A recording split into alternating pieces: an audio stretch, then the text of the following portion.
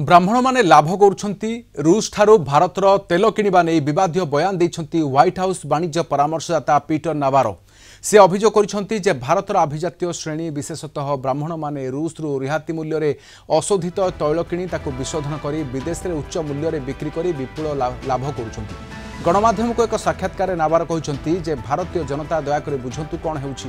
ब्राह्मण माने भारतीय जनता खर्चरे लाभ करुछंती, यह बंद हेबा दरकार। नावारंको दाबी भारत रूस ठारू रिहाती मूल्य रे तैल किणी याको विशोधन करी यूरोप आफ्रिका एशिया को उच्च मूल्य रे रप्तानी करुछि, जहाँ यूक्रेन विरोध में रूस रो युद्ध को सहायता करुछि।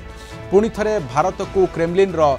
लॉन्ड्रोमाट बोली कहते नावारो। से कहते भारतर तैल वाणिज्य जोगु अमेरिकीय करदाता मानकु यूक्रेन को अधिक अर्थ पठाइबा पड़ुछि। रूस ठारू भारत तैल किणुथिबारु 25% शास्तिमूलक टारिफ सहित मोट 50% टारिफ लगाइछि अमेरिका। वर्तमान नावारों मंतव्य को अनेक भारत में जातिगत विभेद को उसुकाइबा एक प्रयास भाव में देखुंती, जहाँ देशर आभ्यंतरीण राजनीति को प्रभावित करिपारे। नावारो प्रधानमंत्री नरेंद्र मोदी को जड़े महान नेता बोली मध्य प्रशंसा करिसेंती, किंतु भारत विश्वर सबुठारु बड़ गणतंत्र होई मध्य रूस राष्ट्रपति व्लादिमीर पुतिन और चीन राष्ट्रपति शी जिनपिंग सहित घनिष्ठ संपर्क रखुथिबारु प्रश्न उठाइछंती नावारो। नावारों ए मंतव्य एससीओ बैठक पर मोदी चीन गस्त एवं पुतिन शी जिनपिंग सहित बैठक पर आसी। सेबड़े भारत नावारों अभियोग को खंडन करी कहिछि भारतर रूसिया तैल क्रय विश्व बजार में तैल मूल्य को स्थिर रखिबारे सहायता करिछि, जहाँ अमेरिका एवं यूरोप को उपकृत करिछि। आकलन अनुसार भारत रूसिया तैल किणी नथिले विश्व बजार में तैल मूल्य $200 प्रति ब्यारेल पहुंची था। सेबड़े भारतीय विशोधनागार गुड़िक रूस तैल किणवा पई अमेरिकीय डॉलर बदल में विकल्प मुद्रा व्यवहार करुछंती। आलोचना पे आम सहित वरिष्ठ चार्टर्ड अकाउंटेंट श्री राजीव साहू अच्छा। श्री राजीव साहू स्वागत करुच्छ आलोचना को। ब्राह्मण माने लाभ करुछंती अमेरिका को बाधुची, वास्तव में ये उक्ति कौन हो पारे? तो ये जो वर्तमान परिस्थिति रे अमेरिका एवं व्हाइट हाउस एवं डोनाल्ड ट्रम्प कर बेले बेले संगे समान जे एथिरे भारत तार स्ट्रेटेजिकली कौन बिजनेस डील कला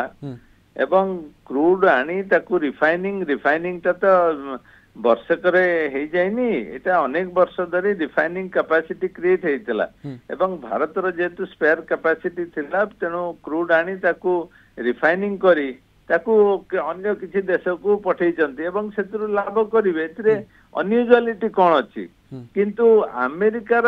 एपरि मंतव्य जो व्हाइट हाउस तरफरो श्रीयुक्त नावारो देइचंती आर कौन सी बेसिस लॉजिक बाय जो जातिगत कमेंट देइचंती सेटा केबे भी ग्रहणीय हबनी एवं भारत गोटे सॉवरेन तार निजर सॉवरेनिटी बजाय रखिया पई तार देशर हित पई किछि भी डिसीजन से नहीं पारे जोटा कि भारत पई हितकर। एवं द्वितीय कथा भारत ऑलरेडी क्लैरिफाई करछि जे रशिया क्रूड जदि भारत किणु नथंदा ताले तैल बजार में गोटे बड़ अस्थिरता सृष्टि होता एवं तैल दर $200 पहुंचता सेटा कौन अंतर्जातिक ट्रेड एंड कमर्स हितकर होता। तेणु डोनाल्ड ट्रम्प जहाँ करुँच व्हाइट हाउस तरफ जो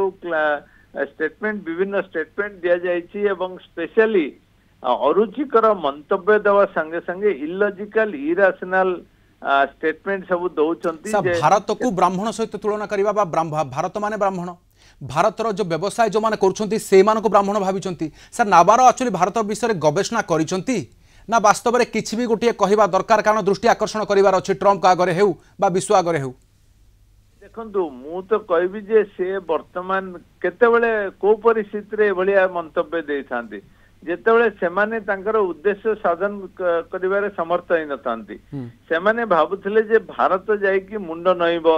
भारत जाइकी गोड़ धरिबो, भारत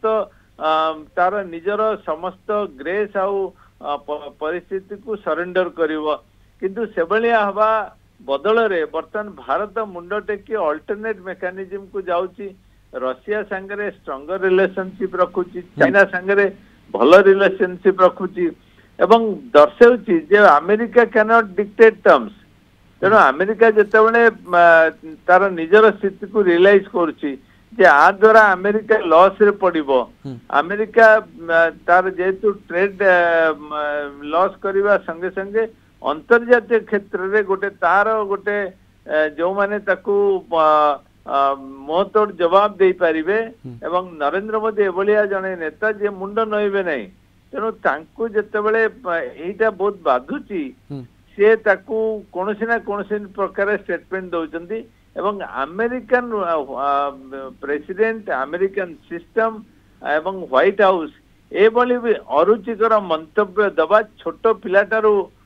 किसी अधिकार नुहे सर मोदी को सर प्रशंसा करबा सर मोदी को प्रशंसा करबा अन्य पटे पुणी थरे से तैल उपाख्यान को आसीबा सर भारतर बोध हुए हाथ छाड़ीगला भारत एवं जन को कठिन परिस्थिति रखिले जे पर्यंत से कठिन परिस्थिति रहिबो जो पर्यंत विकल्प न खोजिची भारत आगरे विकल्प जदि आसीबा को जाउची ताहा अमेरिका को बाधुची की आपण प्रथमे